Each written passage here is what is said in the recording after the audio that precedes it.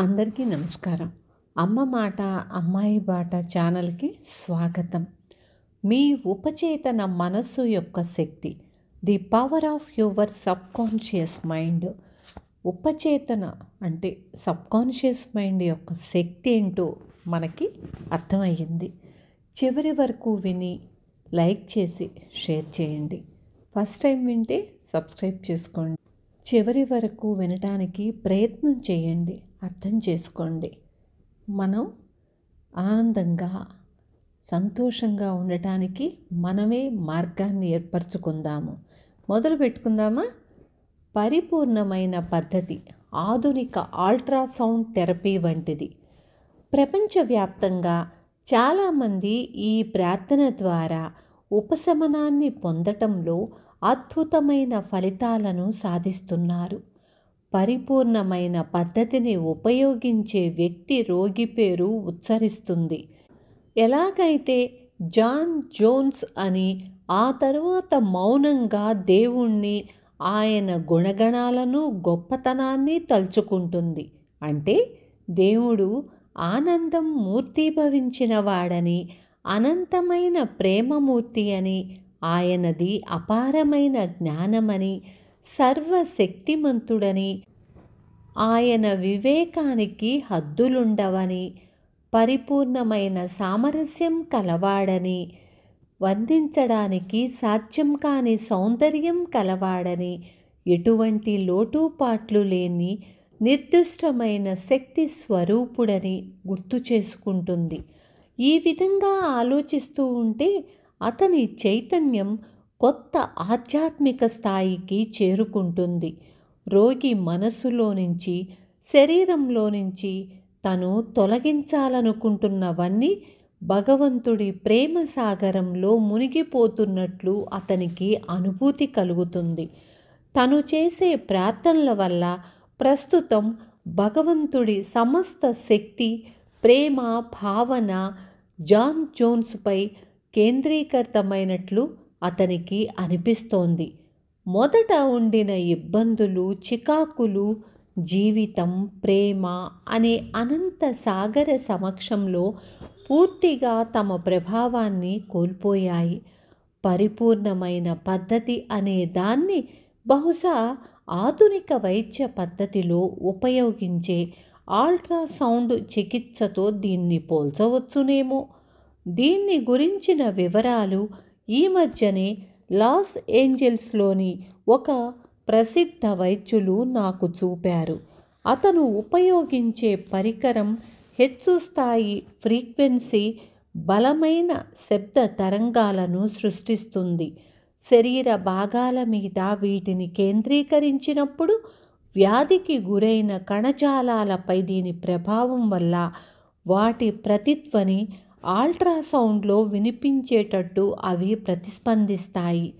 ఈ శబ్ద తరంగాలు నియంత్రణబడతాయని, కీళ్లవాపుకు సంబంధించిన సున్నపు నిక్షేపాలు కరిగించి గొప్ప ఫలితాలను సాధిస్తాయని అతను అన్నాడు. అలాగే కలతపెట్టే పరిస్థితులు తొలగించి చికిత్స చేస్తుందని అన్నాడు. చైతన్య స్థితిలో దేవుడి గుణగణాలను, గొప్పతనాన్ని గుర్తు చేసుకుంటూ మనం ఎంత పై స్థాయికి లేస్తామో అంతే బలంగా సామరస్యం, ఆరోగ్యం, శాంతి అనే ఆధ్యాత్మిక తరంగాలను మనం సృష్టిస్తాము. ఈ రకమైన ప్రార్థన ద్వారా ఎన్నో చెప్పుకోతగ్గ ఫలితాలు లభించి రోగులు కోలుకున్నారు. అవిటి మనిషి నడుస్తాడు. గత అధ్యాయంలో మనం మాట్లాడుకున్న డాక్టర్ ఫీనియాస్ ఫర్కుస్ట్ క్వింబీ కూడా తరువాతి సంవత్సరాలు పరిపూర్ణమైన పద్ధతినే రోగాన్ని నయం చేసేందుకు వాడాడు.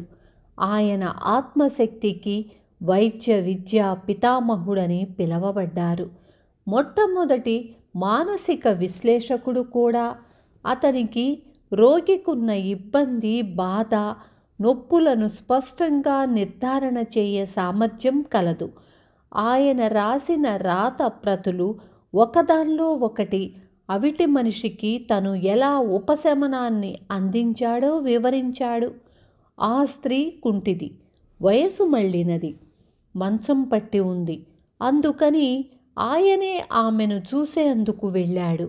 ఆమె రోగానికి కారణం ఆమె నమ్మే మతం చాలా సంకుచితమైనది, అందులో బందీ అయిపోయింది.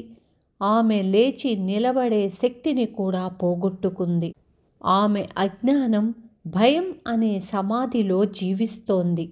ఆమె బైబిల్లోని ప్రతి అక్షరాన్ని నమ్మటం వల్ల విపరీతమైన భయానికి గురయింది. ఆమె చిక్కుకుపోయిన ఆ సమాధిలోని దేవుడి శక్తి కూడా నిండి ఉంది. అది ఆమె కట్లను తెంచి, ఆమె సంకెళ్లను ఛేదించి, శవంలో నుంచి పునరుజ్జీవనం పొంది పైకి లేచేందుకు ప్రయత్నిస్తూనే ఉంది అన్నాడు క్వింబీ. ఆ స్త్రీ ఎవరినైనా బైబిల్లోని ఫలానా వాక్యాలకు అర్థం వివరించమని అడిగినప్పుడు రాయే ఆమెకు జవాబయ్యేది. ఆ తరువాత ఆమె జీవితమనే రొట్టె కోసం తహతహలాడేది. విపరీతమైన భయం చేత ఉద్వేగం చెంది ఆమె మనసు అస్పష్టంగానూ స్తబ్దతగానూ తయారైందని డాక్టర్ క్వింబీ నిర్ణయానికొచ్చాడు. తను చదువుతున్న బైబిల్లోని ఆ పేజీలు స్పష్టంగా అర్థం చేసుకోలేకపోవటం వల్ల ఆమె ఆ స్థితికి చేరుకుంది. దీనివల్ల ఆమె శరీరం భారీగాను మందకొడిగాను తయారై చివరికి పక్షవాతం వాత పడేటట్లు కనిపించింది. ఆ స్థితిలో క్వింబీ ఆమెను బైబిల్లోని ఈ క్రింది పంక్తులకు అర్థం ఏమిటని అడిగాడు. అయినప్పటికీ నేను కొంతసేపు నీ వెంట ఉంటాను, ఆ తరువాత నన్ను పంపించిన ఆ పరమాత్మ దగ్గరకు వెళతాను. నువ్వు నా రాక కోసం వెతుకుతావు, కానీ నేను నీకు దొరకను. ఇక నేనున్న చోటికి నువ్వు రాలేవు అని ఆ పంక్తుల అర్థం. జీసస్ స్వర్గానికి వెళ్ళాడు అని ఆమె చెప్పింది. క్వింబీ దానికి సరైన అర్థం చెప్పి ఆమె వెంట కొంతసేపు ఉండటం అంటే ఆమె రోగ లక్షణాలను, భావాలను, వాటి కారణాలను తను వివరించటం అని చెప్పాడు. కొంతసేపు మాత్రమే తనకు ఆమె మీద జాలి, సానుభూతి ఉంటాయని, కానీ తను ఆమె మనస్థితికి తోడుగా ఎక్కువసేపు ఉండలేనని అన్నాడు. ఆ తరువాత మెట్టు మమ్మల్ని పంపిన ఆ పరమాత్మ దగ్గరకు వెళ్ళటం.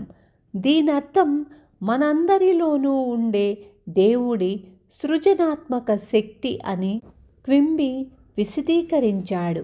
వెంటనే క్వింబీ తన మనసులో ప్రయాణం చేసి దైవపరమైన ఆదర్శాన్ని ఆలోచించాడు. అంటే జీవశక్తి, జ్ఞానం, సామరస్యం, ఒక రోగిలో పనిచేసే దేవుని శక్తి. అందుకే ఆయన ఆమెతో అందుకని నేను వెళ్ళే చోటికి నువ్వు రాలేవు, ఎందుకంటే నువ్వు నీ సంకుచితమైన ఇరుకైన నమ్మకం అనే ఖైదులో ఉన్నావు, నేనేమో ఆరోగ్యంలో ఉన్నాను అన్నాడు. ఈ ప్రార్థన వివరణ వెంటనే ఆమెలో ఒక రకమైన సంచలనాన్ని రేకెత్తించింది. ఇక ఆమె మనసులో ఒక మార్పు తలెత్తింది. ఆమె చేతికర్రలు లేకుండా నడిచింది. తను చికిత్స చేసి కోలుకుంటున్న రోగులందరిలోనూ ఆమెది చాలా ప్రత్యేకమైన కేసని క్వింబీ అన్నాడు. ఆమె పూర్తిగా తప్పుదారి పట్టింది.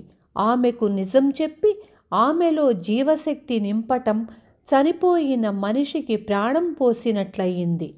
క్వింబీ యేసుక్రీస్తు పునరుత్థానంలాగా ఉందన్నాడు. అంటే ఆరోగ్యానికి దాన్ని అన్వయించాడు. ఇది ఆమె మీద ఎంతో శక్తివంతమైన ప్రభావాన్ని చూపింది. ఆమె అంగీకరించిన సత్యం ఒక దేవదూత లేదా ఒక ఆలోచన అని, అదే రాయిలాంటి భయాన్ని, అజ్ఞానాన్ని, అంధవిశ్వాసాన్ని పోగొట్టిందని అన్నాడు. అప్పుడిక దేవుని ఉపశమన శక్తి వెలువడింది. అదే ఆమెకు పరిపూర్ణతను చేకూర్చింది. విన్నారు కదా? నమ్మకం, విశ్వాసం, పరిపూర్ణంగా అర్థం చేసుకోవటం. ఇలా చేస్తే దేన్నైనా మనం పోగొట్టుకోవచ్చు, కావలసిన దాన్ని పొందవచ్చు. మళ్ళీ రేపు కలుస్తాను. Thank you.